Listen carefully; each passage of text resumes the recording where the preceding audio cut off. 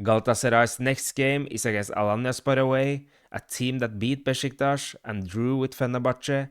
It will be a tough test. In this episode, I mainly talk about the Alanya game, but also touch on other topics as well. Let's start with Alanyaspor. They have 9 points in 6 games. Their only loss was against Eyüpspor. In that game, that's the only game they had more possession than their opponents. In all the other games, they had less possession. Alanyaspor is a team that I think are better against teams that are trying to dominate. And as you see here, they got draw against Fenerbahçe away and beat Beşiktaş 2-0. And they also beat Konyaspor, who I think is a good team in the Super League. They're playing a 3-4-3 formation or 3-4-2-1, as you see here. This was their lineup against Başakşehir, their last game. Their main weapon is Ogundu, their striker, the 19-year-old Nigerian striker. He's extremely fast. He's strong. He's not bad with the ball either. His movements are good. He reminds me a bit of Victor Boniface. I remember when I saw him in Bodø/Glimt. As you see, Ogundu, he has not like extreme stats, like he has scored 2 goals in the 6 games, but you see the raw potential here. His physique, he's not bad with the ball either. He can be in the build-up. His movements are good. His finishing are also good. So he's a really exciting player that I think our defenders should be very aware of. And not only our defenders, also our scouting team should look at him. He was linked to Fenerbahçe before the season. But then I remember like, yeah, why should you buy him when Galatasaray are buying Osimhen? So he is very dangerous. We remember, for example, against Beşiktaş, the penalty he got.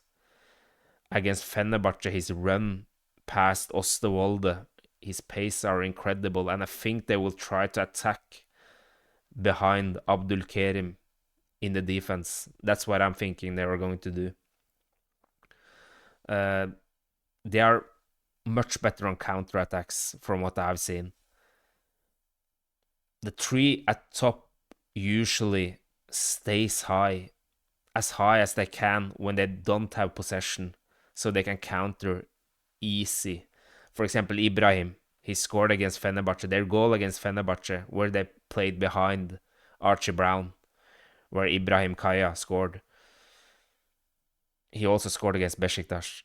So they are brave in that sense that they are not always taking those players down to help the wingbacks, for example, so they can counter. And they counter with many players. For example, Maestro also, a familiar name we know, who played for Adana Demirspor. He's a dynamic player. Makuta is also that. So they're running up and down. They're taking all the counters. They're attacking. For example, against Fenerbahçe, they came to so many chances because they just wanted to attack when they got the ball. Ianis Hagi is also a name we know is, the son of our club legend, Georgi Hagi. But because there are 3 players, often doesn't help the defense from the games I saw. It is much space on the sides, so you can create 2 versus 1 there. Especially if Galatasaray can be able to turn the play quickly, you can create 2 versus 1 there, or even 3 versus 2 against their center back and their wing back. I also found them weak. Their defenders, for example, in the offensive marking, they struggle to take out the strikers, for example. The crosses in the box also, they are struggling to defend there. So Alanyaspor for me is a very dangerous team up front, especially with Ogundu. But they are also very weak, I think, from the wide on the sides and centrally, their center backs. So if we can find players in between there. Um, that will be important. Another thing also for Galatasaray is we don't know the 11. I just put up some random 11 here because we need to rest some players as well. For example, Yunus Akgün. I'm not sure if Okan Hoxha is going to do that. But it's also important that Torreira, İlkay, Yunus doesn't play like every games. We remember Yunus Akgün from last season that he started the season so well and then he got injuries. He played with like small injuries. He struggled to perform. The team struggled to perform. And we have a good depth in the squad. Why shouldn't, for example, Gabriel Sara play in this game or Lemina? And it's 4 days until the Champions League game against Liverpool. So the mental thing here is going to be really important also. Because if Galatasaray is playing on 50%, I don't think they will win this game against Alanyaspor because they have good energy. They are attacking.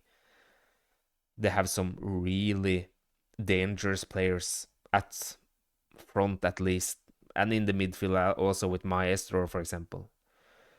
I also think that we should try to play with Abdulkarim, Davinson, and Singo, and try from when we are building up, for example, trying to do something like this in the build up. Because Abdulkarim, Davinson, Singo, I think that will be our best players in the back three to play out. When I saw Singo as a right center back, he was very good in the build up, where he took the ball up with him. And also probably need to rest Jakobs. I'm not sure. Eren trained yesterday, and Jakobs, I heard that he had a small injury. As you know, we can't trust him either. Gabriel Sara needs to come in form. Lemina needs to come in form. Maybe he's going to use Khan there. I don't know. This is just a fantasy lineup in some senses. But I think some players should rest also. Davinson rest last game. Eden had a small injury. I'm not sure what he's going to do with Icardi either. But in this game, I think we need to press with 3 up front because Alanyaspor has 3 players. And as we know, Okan Hoxha, he's always, when we are standing high, he's pressing. If the teams are playing with 3 out from behind, he's pressing with 3 players. If they're going out with 2 center backs, he's pressing with 2. So I'm not sure if he's going to press something like this or with Barish, Sara, Icardi. If this is the starting lineup, I don't know. I don't think anybody knows what our starting lineup will be because it's only from the Alanya game. It's 4 days after Konya game and it's 4 days before the Liverpool game. So in 12 days, it's 3 games, and it's tough. And we had the Frankfurt game as well. So I'm not sure what Okan Hoxha is going to do, but of course, however Galatasaray's 11 will be, if we are mentally prepared, this can be a good game. But otherwise, it can be a really tough game. I think this will be our toughest test this season in the league. And when you're facing Alanyaspor, who is they are on their home ground. It's their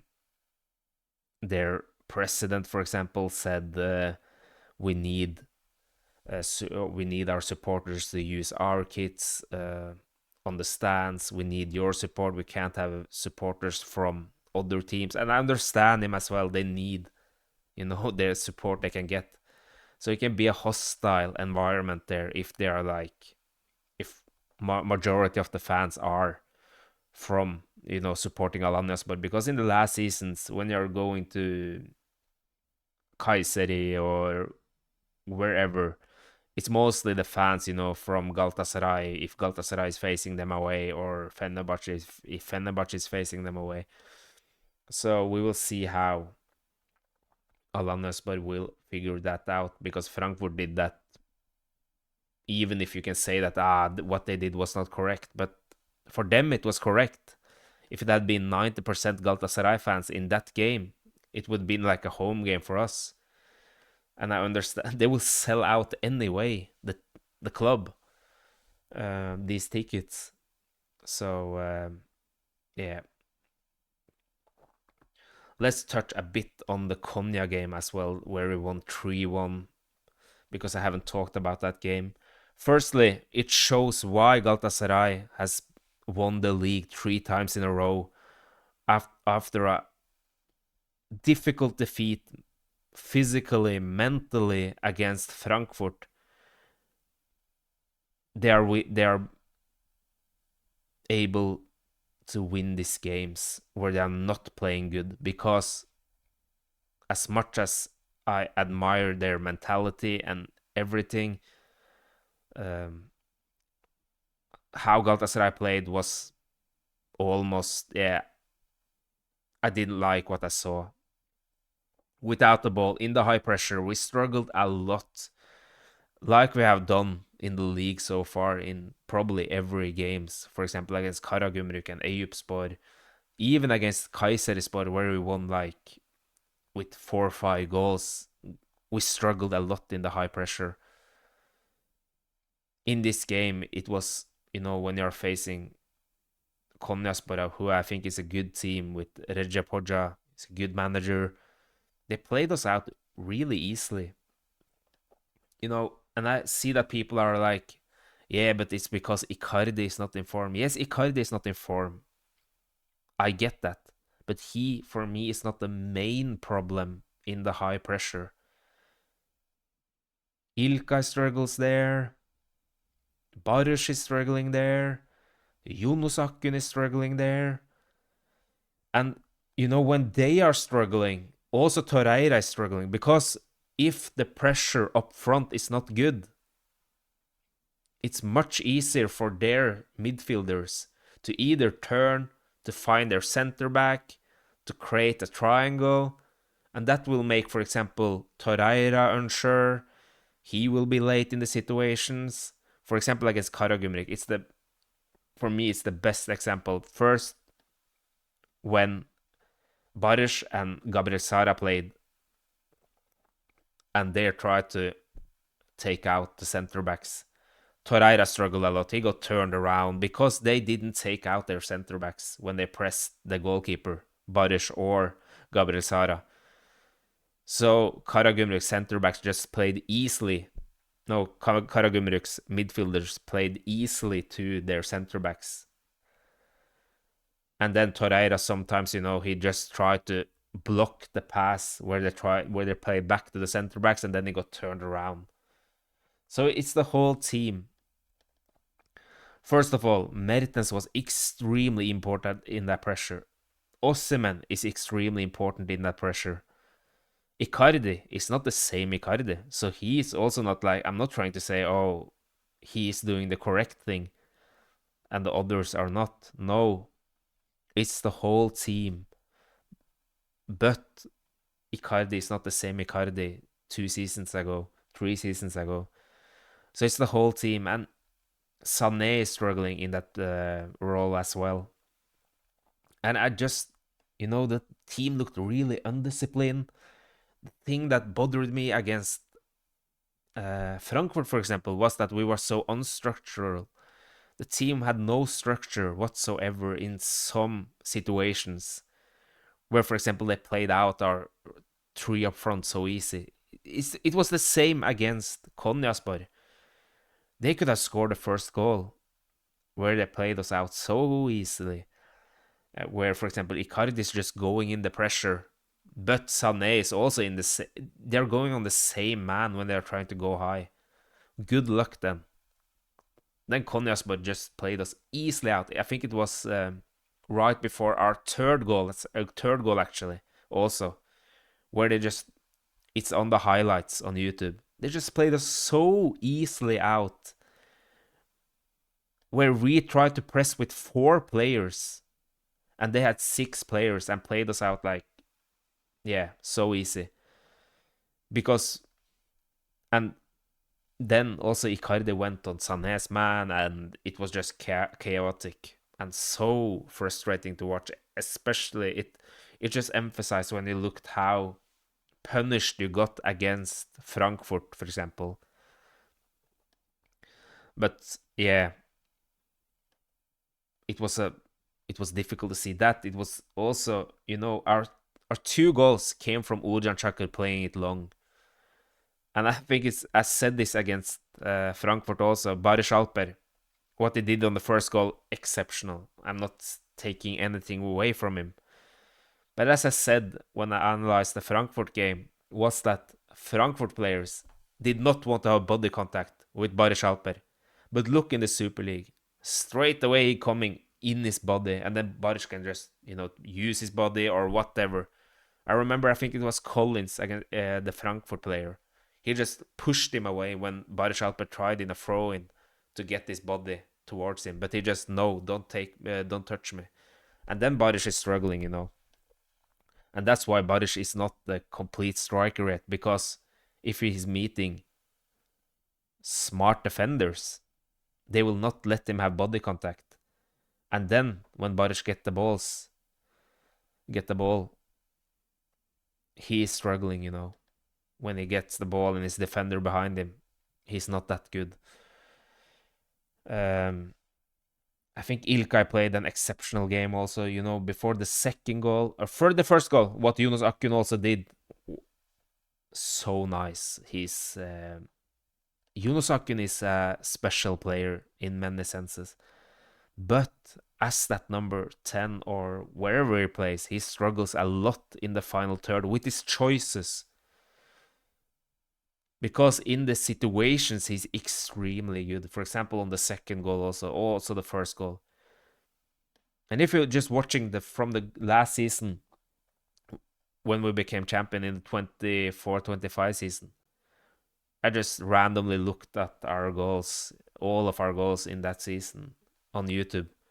He's just so involved in everything there. So he's an extremely important player, Jonas Akgün. But he's not like that.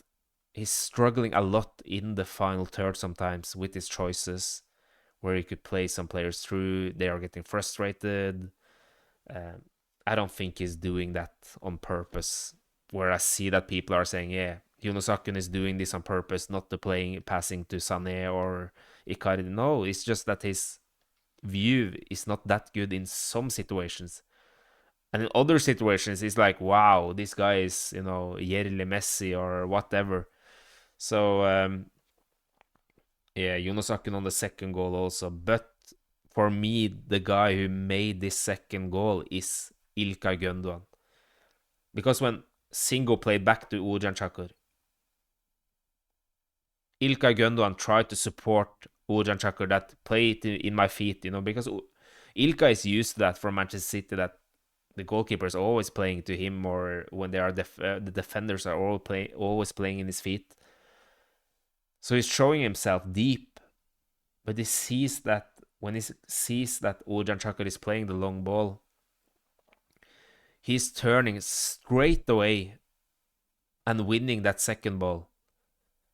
Also, Leroy Sané, he also did the same. He tried to meet a bit low, and then he saw that Uğurcan Çakır played the long ball, so they both reacted really well. And of course, İlkay's pass to Barış Alper, it seems easy, but he's so oriented that he can play it on one touch. He plays it perfectly to Barış Alper. He doesn't need to take a touch or whatever. Barış Alper just let the ball get past him so he can take it with him. Sané is making a good movement and making space for both Yunus and Icardi, who is finishing it perfectly. I would just touch on Leroy Sané as well. It looked like he was more willing in this game, and I like that he did those runs behind the defense much more often in this game. As I said, his movements are very good. Don't let him have the ball so much in his feet, especially not low on the field. Let him get higher on the pitch go behind the defense because he's very fast. He is his movements are really good, so we need to use him more often there. Did he have a perfect game? No, I'm not saying that, but I'm seeing improvement here, and we just need to be patient. I know that people will say, "Why patience? He's earning so much. He's a world-class player." But some players needs patience, so we just need to be patient with him. Body yeah, his body language is a bit strange. Also, he missed a lot of passes. He doesn't look happy at all, but he was crucial in both of the goals we scored. The first two goals.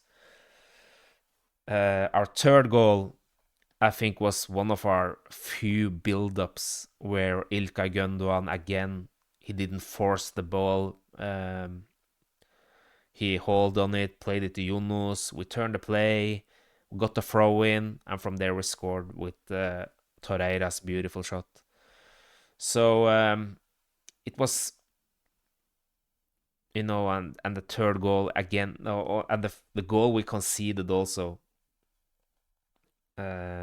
Again, we are struggling with the, in the build-up, because a team like Galatasaray should not play that when Salah played it, try to play it, chip it to Leroy Sané because he was under a bit pressure. A team like Galatasaray should not just play it blindly up front there. They should try, they should be able to keep the ball in some situations. And Galatasaray, yes, they got people were like, yeah, we had too much possession against Frankfurt. Yes, that's correct. But Galatasaray can have possession if they can play out from behind when they got pressure on them. But Galatasaray is really struggling when they got pressure on them. Often ends up with a long ball from Uğurcan Çakır. And against good teams, it will be easy for them to read that. So Galatasaray needs to be much better in the build-up, but also in the high pressure, and also structurally, and more disciplined. We all know that. So yeah, and their first goal came from that we tried to play it long, and it came back and it just bounced everywhere, and they scored from this weird situation. But let's finish it up with Berat, who scored 4 goals against Istanbulspor. He in 7 games he has 5 goals and 1 assist. Berat is doing what our talent should do, going out on loan and perform. Why, for example, Eyüp Aydın or Efe Akman or whoever didn't do that much earlier? They need to play when they are that young. It doesn't help if you get 5 minutes here and 2 minutes there. It doesn't help. Look at Berat now. He is also performing, and he got that confidence that he know that he will perform in this league. So to see that our talents are going out on loan is so important. So I'm so happy for Berat, and I just wished more talents would have done that and not waiting until they are 23, 24 and they're still on the bench in the team. It doesn't help for them. Their development will stagnate. So what Berat is doing, it's a good example. Arda Turan did it as well, and other talents that have got their breakthrough need to go out on loan if they're not able to play straight away in the team. So yeah, that was it, guys, and I hope you guys enjoyed it, and I hope to see you soon. Please hit the subscribe button, the like button. Bye.